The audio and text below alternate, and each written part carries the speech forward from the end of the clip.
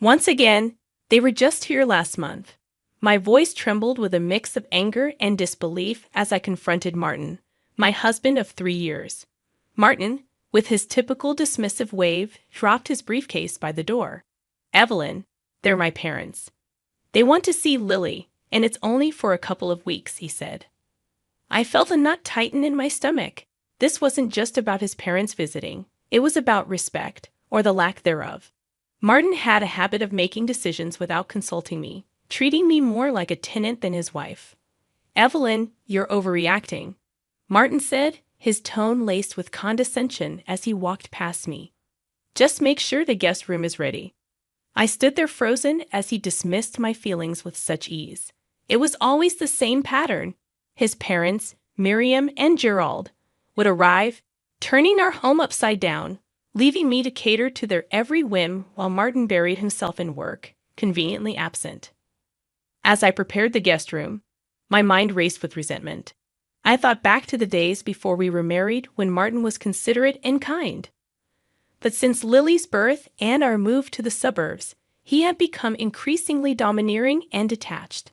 The next morning, I heard the familiar rumble of Miriam and Gerald's car in the driveway. I plastered a smile on my face as I opened the door. "Good morning, Miriam, Gerald," I said. "Ah, there she is, our lovely daughter-in-law," Miriam exclaimed, brushing past me to fuss over Lily, who clung to my leg wearily. Gerald followed, carrying their bags. "We're so happy to be here. Where should we put these?" "Just in the guest room. Thank you," I replied, my smile straining. The first few days passed in a blur of cooking, cleaning, and forced pleasantries. Martin came home late each night, barely acknowledging me or his parents. I felt invisible in my own home.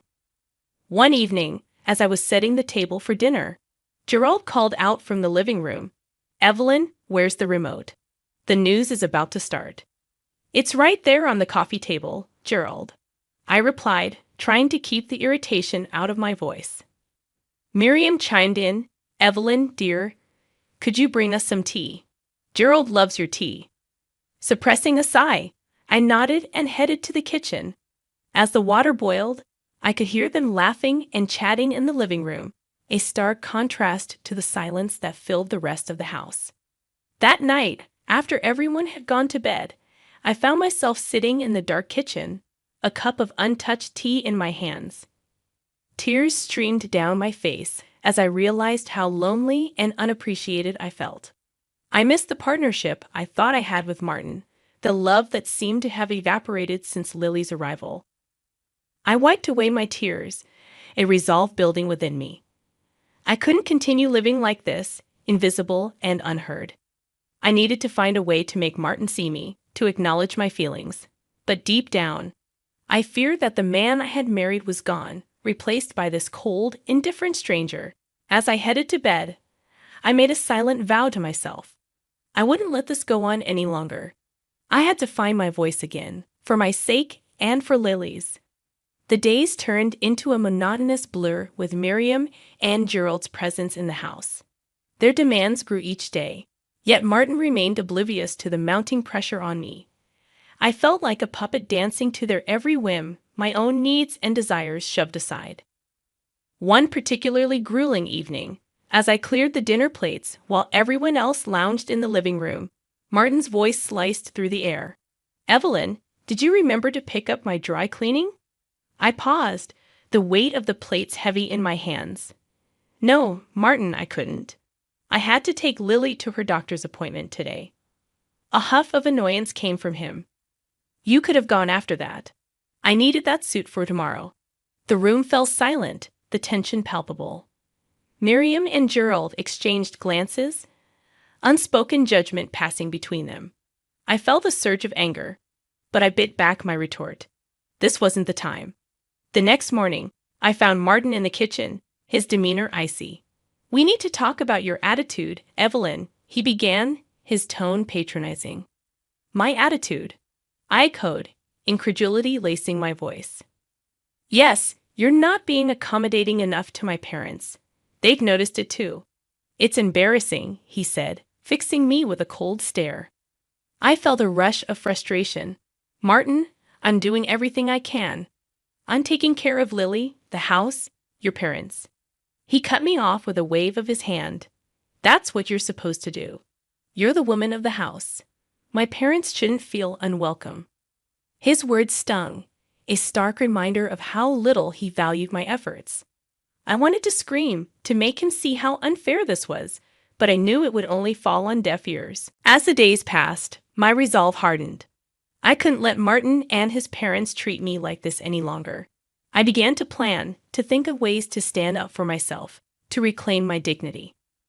The opportunity came unexpectedly one afternoon while Martin was at work and Miriam and Gerald were napping. I received a phone call from my old friend Laura. "Evelyn, how have you been? I feel like it's been ages since we last talked." Laura's voice was a balm to my frayed nerves. "Laura, it's so good to hear your voice," I replied, my voice heavy with emotion. We talked about everything and nothing, and for a brief moment, I felt like my old self again. Then Laura's tone shifted. "Evelyn, there's something I need to tell you." "It's about Martin," she said. My heart skipped a beat. "What about him?" "I saw him the other day with someone, a woman. They seemed close, more than just colleagues," she explained softly. The room spun around me as Laura's words sank in. A sickening feeling settled in my stomach. Could Martin be having an affair? "I'm sorry, Evelyn. I thought you should know," Laura added gently. The call ended, but her words echoed in my mind. The pieces began to fall into place. The late nights, the detached behavior, the lack of intimacy. I was faced with a harsh truth. My marriage was a sham, and I had been living in a fool's paradise. But I wasn't going to be the victim any longer. I would confront Martin, demand the truth, and if he was indeed betraying me, I would make him pay for every tear, every moment of pain he had caused me. That night, I lay in bed, my mind racing with plans of confrontation and revenge. I would no longer be the silent, suffering wife. It was time for Martin to see the strength he had underestimated in me. The days following Laura's revelation were a tempest of emotions. I observed Martin with a new lens, each of his dismissive remarks and arrogant gestures fueling my growing resentment. The man I once loved had become a stranger, his facade now transparent to my scrutinizing eyes. One evening, as I prepared Lily's dinner, Martin sauntered into the kitchen. "Evelyn, my parents are thinking of extending their stay. You don't mind, do you?" His question, so casually delivered, was a clear testament to his disregard for my feelings. "Extend their stay," I repeated, my voice steady despite the turmoil inside. "Don't you think they've stayed long enough, Martin?" His face hardened. "What's that supposed to mean? My parents, you should be more welcoming." I turned to face him, my frustration reaching its boiling point. "Welcoming, Martin? I've been nothing but accommodating. But this is our home too. I have a say in this." He scoffed. "Your say? Look, Evelyn, you're the wife. It's your duty to take care of the household. My parents staying here shouldn't be an issue." His words struck a nerve. "Duty? Is that all I am to you? A caretaker?" Martin's eyes narrowed. "Don't start with this nonsense, Evelyn. You're being irrational." Irrational. I could feel my voice rising, the pent-up anger and hurt pouring out. "I'm the one being irrational? What about your late nights, your secret rendezvous? Are those rational?"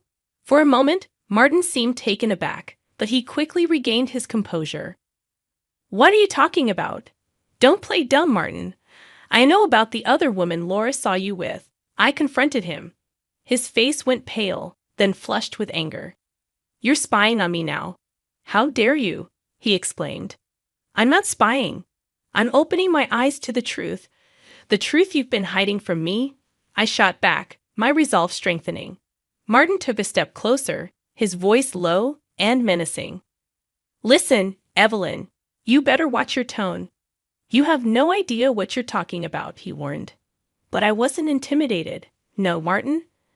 I know exactly what I'm talking about, and I won't stand for this any longer," I insisted. He scoffed, turning to leave the kitchen. "Do what you want. Just make sure my parents are comfortable." That night, after Martin had retreated to his den and Miriam and Gerald had retired to their room, I sat alone in the living room. The house was silent, but my mind was a cacophony of thoughts. I realized then that my marriage was beyond salvaging. Martin had not only betrayed me, but had also devalued me, treating me as nothing more than a servant in my own home. It was time for me to take a stand, to reclaim my life. I would no longer be a victim of Martin's arrogance and infidelity. I would gather evidence of his affair, consult a lawyer, and prepare for a divorce. But it wouldn't end there. Martin would have to face the consequences of his actions. I would ensure that he paid for the pain he had caused me, both emotionally and legally. As I lay in bed that night, a plan began to form in my mind. A plan not just for my escape, but for my retribution. Martin and his parents would soon learn that I was not a woman to be trifled with. The following days were a careful dance of deception and planning. I maintained a semblance of normalcy, all the while gathering evidence of Martin's infidelity. Laura had been right. A few discreet inquiries revealed Martin's secret meetings with a woman named Rachel, a colleague from his office. One evening, as we sat at the dinner table with his parents, Martin announced, "I might need to go on a business trip next weekend." A business trip. The perfect alibi for his affair. I thought to myself, "That sounds important, Martin. I hope it goes well," I said, my voice laced with hidden irony. Miriam chimed in, oblivious to the undercurrents. "Oh, Martin works so hard, Evelyn. You should be proud of such a diligent husband." Forcing a smile, I replied, "Yes, I'm very proud." The next day, while Martin was at work and his parents were out shopping, I met with a lawyer, laying out everything: the infidelity, the emotional neglect, the way Martin and his parents treated me. The lawyer listened intently, offering advice and outlining the next steps. "You have a strong case, Evelyn, especially with the evidence of the affair," he said, his tone professional yet sympathetic. I nodded, a sense of empowerment growing within me. "Thank you. I want to proceed with this as soon as possible," I replied. That night I lay in bed, the plan crystallizing in my mind. I would confront Martin, but not yet. First, I would ensure everything was in place for the divorce. I wanted him to feel the full impact of his actions, to realize he couldn't just discard me like an old piece of furniture. The day of reckoning came sooner than expected. On Friday, as Martin prepared for his supposed business trip, I found the proof I needed: a receipt for a romantic getaway at a luxury resort, tucked carelessly in his coat pocket. That evening, with Martin's parents in the living room and Lily asleep, I confronted him. "Going on a business trip, Martin? Or should I say a romantic getaway with Rachel?" Martin froze, the color draining from his face. "Evelyn, how did you?" he stammered. I waved the receipt in front of him. "You're not as clever as you think, Martin. I know everything." For a moment, he seemed lost for words. Then his expression hardened. "You've been snooping around, haven't you? You're pathetic." The word echoed in my mind, fueling my anger. "No, Martin. What's pathetic is you sneaking around, betraying your family. But I'm done playing the dutiful wife. I'm filing for divorce." Martin's eyes widened in shock. "Divorce? You can't do that. You're nothing without me." I met his gaze, my voice steady. "No, Martin. It's you who will be nothing without me. I have evidence of your affair. I'll make sure you pay for what you've done." For a moment, he looked defeated. Then his arrogance returned. "You think you can win against me? I'll fight you every step of the way." I smiled, a cold, determined smile. "Bring it on, Martin. You'll see just how strong I can be." As I left the room, Martin's stunned silence was a victory in itself. But this was just the beginning. The real battle was about to start. The days following my confrontation with Martin were a whirlwind of legal preparations and silent battles. Martin's demeanor had shifted. He oscillated between anger and feigned indifference, but I could see the underlying panic in his eyes. The weekend arrived, and with it an unexpected development. Martin's parents decided to extend their stay, unaware of the storm brewing beneath the surface of our seemingly calm household. One afternoon, as I was tending to Lily in the living room, Martin and his parents cornered me. Evelyn, we need to talk about your behavior, Martin began, his voice dripping with disdain. Miriam nodded in agreement.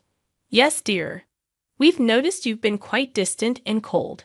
It's not becoming of a wife and mother, she added. Gerald chimed in. Martin has been nothing but a good husband. You should appreciate him more. Their words were like daggers, but I stood my ground. Appreciate him for what exactly? For his lies? His affair. Martin's face turned red with anger. Don't bring that up in front of my parents, he snapped. Why not, Martin? They should know the kind of son they've raised. I shot back, my voice firm. Miriam gasped, an affair, Martin? Is this true? Before Martin could respond, I continued, yes, it's true, and I'm not going to stand for it anymore. I'm filing for divorce. The room fell into a stunned silence. Martin looked at me, his eyes full of malice. You'll regret this, Evelyn. You're nothing without me, he spat. I met his gaze unwaveringly. No, Martin. I regret the years I spent tolerating your arrogance and disrespect. I'm taking Lily, and I'm leaving. Martin's parents started to protest, but I didn't let them. This is between Martin and me. You've overstayed your welcome. It's time for you to leave. As I packed my bags, I could hear the muffled arguments in the background, Martin trying to explain himself to his incredulous parents. I felt a surge of satisfaction, knowing that his perfect image was shattered. With Lily in my arms, I walked out of the house that had become my prison. I didn't look back. I was finally free from Martin's shadow, ready to start anew. As I drove to my parents' house, I thought about the future. It wouldn't be easy, but I was determined to rebuild my life for Lily and for myself. Martin and his parents would learn that I was not a woman to be underestimated. The next few weeks were a blur of legal meetings and emotional upheaval. Despite Martin's attempts to intimidate me, I stood strong. The evidence of his affair was undeniable, and soon the divorce proceedings were in my favor. The day the divorce was finalized, I felt a mix of relief and triumph. I had stood up to Martin and his oppressive family, and I had won. But my revenge didn't end there. Martin's affair had not only cost him his marriage but also his reputation. His colleagues and friends learned of his indiscretions, and his once untouchable status crumbled. As for his parents, they were left to grapple with the reality of their son's actions. Their attempts to reach out to me were met with silence. They had lost a daughter-in-law who had once cared for them, all because of their blind support for Martin. I had emerged from this ordeal stronger and more resilient. I had fought for my dignity and won. And as I looked at Lily playing happily in her grandmother's arms, I knew that I had made the right decision. For the first time in a long time, I felt hopeful about the future. I had closed a painful chapter in my life, and the new one was just beginning. In the months following the divorce, my life underwent a transformation. The chains of a loveless marriage had been broken, and in their place, I found a newfound sense of freedom and self-worth. With Lily by my side, I started to rebuild our lives, piece by piece. One day, as Lily played in the garden of my parents' home, I received a phone call that marked the final chapter in my saga with Martin. It was Laura, her voice a mix of shock and concern. "Evelyn, have you heard about Martin?" she asked. A sense of foreboding settled over me. "What happened?" I asked. "He's lost his job after the divorce, and the affair came to light. His company let him go, and it gets worse. He's been struggling financially. The alimony, the legal fees, it's all caught up with him." I paused, absorbing the news. A part of me felt the pang of vindication, but it was overshadowed by a sobering realization of the consequences of his actions and his parents. I found myself asking, they're in a tough spot too. Laura continued, "Without Martin's support, they had to downsize. It seems they're finally understanding the repercussions of their behavior." I ended the call with a heavy heart. Despite everything Martin had put me through, I found no joy in his downfall. It was a stark reminder of how one's actions could have far-reaching consequences. In the weeks that followed, I focused on Lily and our new life. We spent our days surrounded by the love and support of my parents, who had welcomed us with open arms. One afternoon, as I watched Lily play, my mother sat beside me. "Evelyn, you've grown so much through all of this. You're strong, my dear, stronger than you ever realized," she said, squeezing my hand. I smiled, acknowledging her words. "Thanks, Mom. It's been a hard road, but I've learned a lot about myself, and Lily is thriving," I replied, watching my daughter with a tender gaze. "She's happy, and that's what matters most." As the sun began to set, casting a warm glow over the garden, I reflected on the journey that had brought me here, the pain, the betrayal, the fight for my dignity. It had all led to this moment of peace and contentment. I knew there would be challenges ahead and questions from Lily about her father as she grew older. I would face them head-on with honesty and strength. For now, I was content in the knowledge that I had stood up for myself and my daughter, and we had emerged stronger for it. I looked at Lily, her laughter ringing through the air, and I felt a surge of hope. Our future was unwritten, a blank canvas ready to be filled with new memories and experiences. And for the first time in a long time, I looked forward to seeing what each new day would bring.